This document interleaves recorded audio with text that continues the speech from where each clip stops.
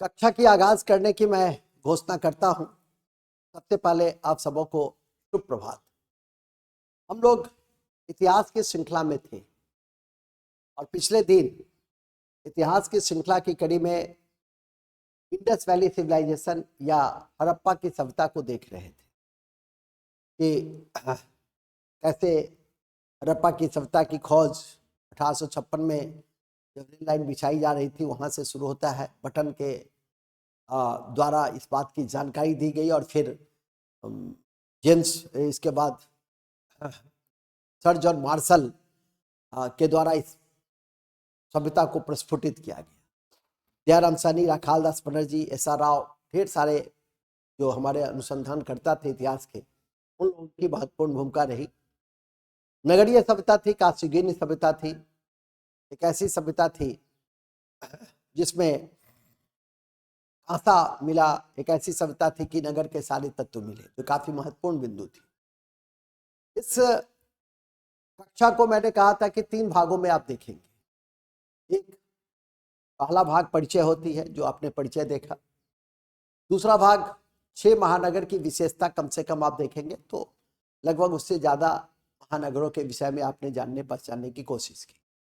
और तीसरा भाग है वह है सामाजिक, आर्थिक, राजनीतिक और जो स्थितियां हैं हड़प्पा काल की, साथ ही लिपि के विषय में, मुहर के विषय में, पतन के कारणों के विषय में और कुछ छोटे छोटे तथ्यों के विषय में आपको संज्ञान जानकारी होनी चाहिए। इसी कड़ी में हम लोग सबसे पहले भाग 3 में चलते हैं। ये भाग 3 है आपका, ये भाग 3 है।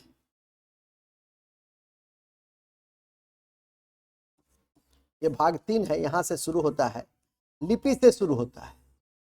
तो जानकारी में दे दे कि इसकी जो लिपि थी वो भाव चित्रात्मक थी और इसमें सामान्यतः 200 से 400 चित्र पाए गए।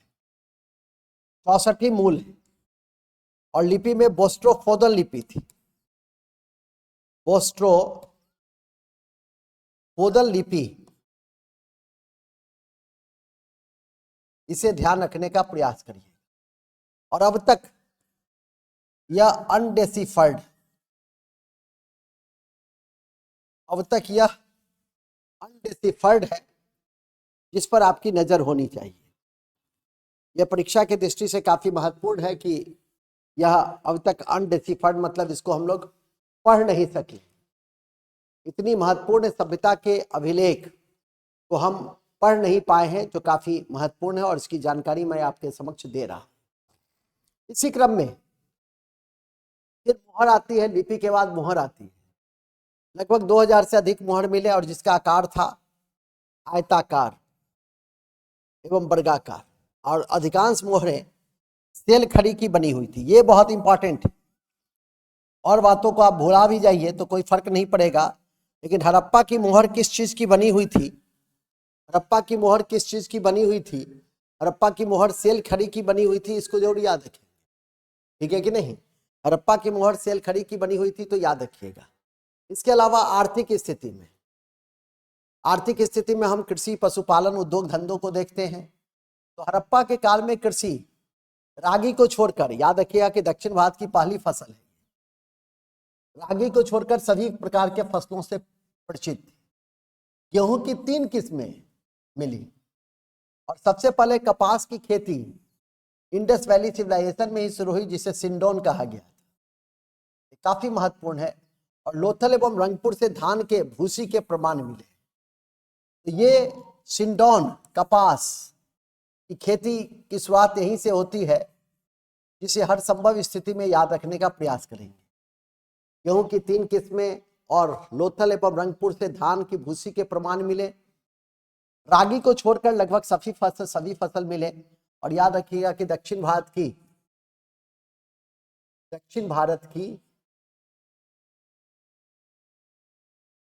पहली फसल रागी। दक्षिण भारत की पहली फसल कौन सी है? तो रागी। दक्षिण भारत की पहली फसल कौन सी है? रागी। कपास की खेती का प्रमाण कहां से मिला? इंडस वैली सिविलाइजेशन से। कपास की खेती को, कपास को क्या कहा गया? सिंडोन। और धान के भूसी के अवशेष कहाँ से मिले, तो लोथल और रंगपुर से मिले। तो इस तरह से इन चीजों को याद रखिएगा। इसके बाद आता है पशु, कृषि के बाद आता है पशु। गाय को छोड़कर अन्य सभी पशु के से परिचित थे। हाथी पाला जाता था गुजरात में, राजस्थान में ऊंट, ठीक है कि नहीं। हाथी का कपाल मोहनजोदड़ो से मिला, दांत स्केल लोथल से मिले। कुबर वाला सांड विशेष प्रिय था। तो ये याद रखिएगा कि सबसे प्रिय जंतु कौन से थे, पशु कौन से थे, तो कुबर वाले सांड थे। सबसे प्रिय पशु कौन से थे, कुबर वाले सांड थे। और क्या नहीं मिला, तो नहीं मिला तो गाय नहीं मिला, ठीक है। उद्योग धंधा, सिंधु घाटी या हड़प्पा सभ्यता के लोग सबसे पहले कांसा का प्रयोग किए, इसलिए इसे कांस्य युग की सभ्यता भी कहते हैं। मोहनजोदड़ो से गहनों का ढेर मिला। लोथल और चंद्रो से मनका बनाने के कारखाने मिले। तो पूछा जाएगा आपसे कि मनका बनाने के कारखाने कहाँ से मिले, तो मनका बनाने के कारखाने चन्हुद्रो और लोथल से मिले। मनका बनाने के कारखाने कहाँ से मिले, तो चन्हुद्रो और लोथल से मिले, जो याद रखना है। व्यापार, चौथा भाग होता है आर्थिक स्थिति में व्यापार। मेसोपोटामिया के एक लेख में कहा गया कि ऊर के लोग का मेलुहा, मेलुहा यहाँ हड़प्पा से है, ठीक है, मेलुहा से ऊर के लोगों का बेहतर संबंध था। ये मेसोपोटामिया के एक लेख में लिखा गया। मेलुहा का तात्पर्य हड़प्पा की सभ्यता से है। इसके अलावा कई जगहों से वस्तुओं का आदान प्रदान होता था, उसमें सोना अफगानिस्तान और कोलार कर्नाटक से आते थे, चांदी अफगानिस्तान और खड़गपुर बिहार से आता था, तांबा खेतरी राजस्थान से आता था। एकदम याद रखना है कि सोना अफगानिस्तान कर्नाटक कोलार, चांदी अफगानिस्तान खड़गपुर और तांबा खेतरी राजस्थान से आते थे, जिसको भूलना नहीं। तो ये आपकी आर्थिक स्थिति थी। आर्थिक स्थिति में चार पक्ष को आपने देखा, कृषि, पशु, उद्योग धंधे और व्यापार। याद रखिएगा इस काल में लोहा नहीं मिला है, इस काल में लोहे की प्राप्ति नहीं हुई है, ध्यान रखिएगा। आयरन एब्सेंट था, गाय एब्सेंट था। तो इन सब चीजों को याद रखिएगा जिससे कि बनाने में आपको सुविधा होगी। राजनीतिक स्थिति, राजनीतिक स्थिति का जहां तक प्रश्न है तो व्यापारियों का शासन रहा। आर.एस. शर्मा ने कहा चूंकि व्यापार की काफी महत्ता थी, हालांकि विभिन्न विद्वानों ने अलग अलग ढंग से इसे बताने की कोशिश की, ठीक है कि नहीं। जैसे व्हीलर ने मध्यम वर्गीय जनतांत्रिक शासन बताया, तो मैके ने एक प्रतिनिधि शासन की बात की, स्टुअर्ट पिगट ने पुरोहित वर्ग के शासन के ऊपर फोकस किया, वहीं हंटर ने जनतांत्रिक शासन व्यवस्था की बात की। लेकिन आर.एस. शर्मा के जो इसमें थॉट है वो सबसे महत्वपूर्ण माने जाते हैं कि व्यापारियों की अधिक संख्या और व्यापार की महत्ता को देखते हुए व्यापारियों का शासन रहा होगा, व्यापारियों का शासन रहा होगा।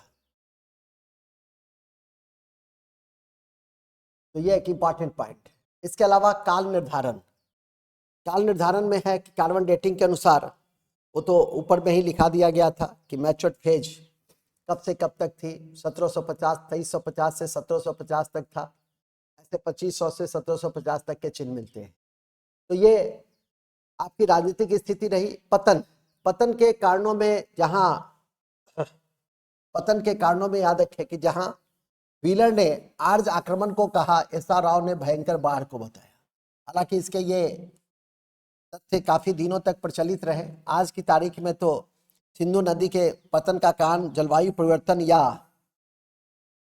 पारिस्थितिकी असंतुलन कहा जाता है। पारिस्थितिकीय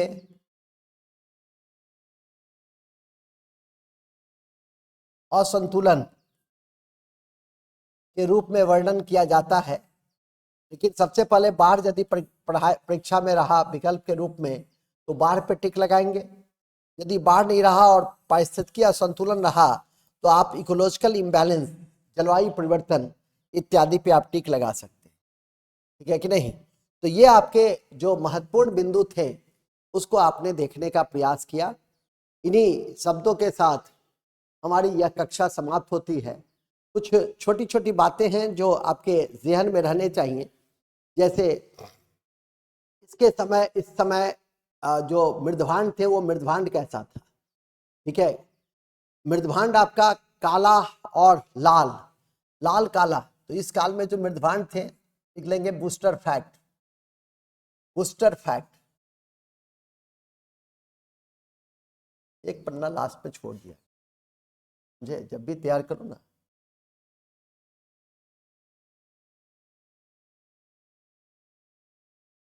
बूस्टर फैक्ट,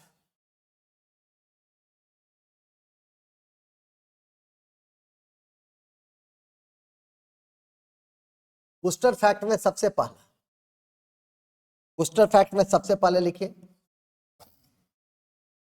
सबसे पहला फैक्ट है कि हड़प्पा के मृदभांड,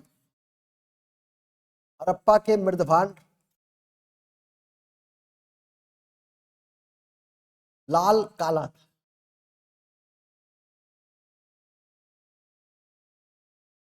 कैसा था? लाल काला था। ठीक है, कैसा था? तो लाल काला था, इसे ध्यान रखिएगा। पॉइंट नंबर 2, पॉइंट नंबर 2 है, लिखेंगे अति महत्वपूर्ण है कि तैमाबाद से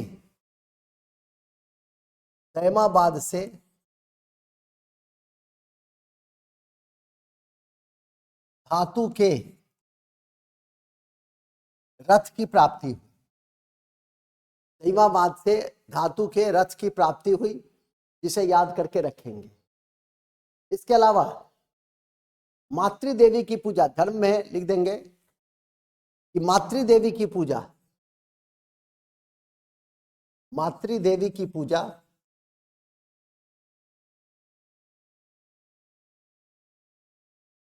मातृदेवी की पूजा सबसे महत्वपूर्ण, सबसे महत्वपूर्ण धार्मिक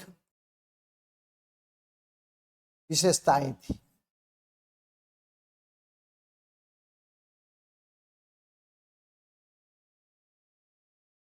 सबसे महत्वपूर्ण धार्मिक विशेषताएं थी, जिसको अंडरलाइन आप कर सकते हैं।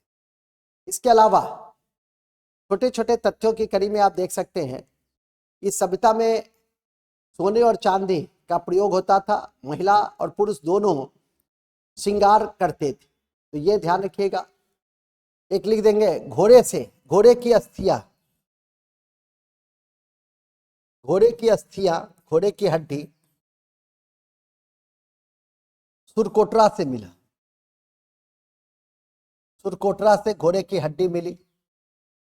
तो ये इंपॉर्टेंट फैक्ट है कि घोड़े की हड्डी कहाँ से मिली? तो सुरकोटरा से मिली। कल हमारे द्वारा उन सभी बिंदुओं के ऊपर ध्यान आकृष्ट किया गया था कि कौन से साइट से क्या क्या मिला, और आप लोगों से आग्रह है कि आप इसे जरूर याद करके रखेंगे। यह भी याद करके रखना चाहिए कि सीसा राजस्थान से मिलता था, ठीक है कि नहीं? तो ऐसे छोटे छोटे बिंदु को जरूर ध्यान रखें। वस्तु जो व्यापार का माध्यम था, वस्तु वो विनिमय था, विनिमय आधारित हमारा विनिमय, वस्तु विनिमय, वस्तु विनिमय पर आधारित हमारी व्यवस्था थी, व्यवस्था थी।